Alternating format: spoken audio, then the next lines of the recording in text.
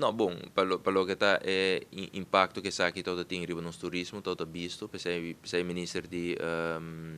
turismo conjuntamente com ATA tem caso aqui a cambia na estratégia também, para na perdida aí de mercado aí por opgevangen door die outro mercado e em todo caso é maneiro que o ministro de turismo pinta aqui todo um positivo sobre o tabaco que apesar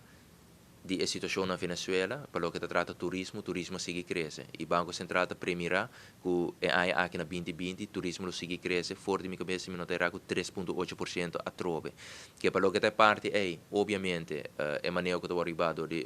ministro Dangio de Verde em caso aqui positivo, é importante sim, mirando agora que o desenvolvimento geopolítico, pelo que está mercado também em caso aqui,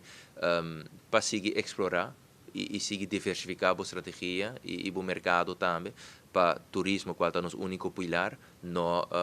sofre de desenvolvimento atual. Eu me quero dizer é importante, pero pelo que está turismo específico, não sabe que o nosso turismo está indo tremendo, teco agora aqui.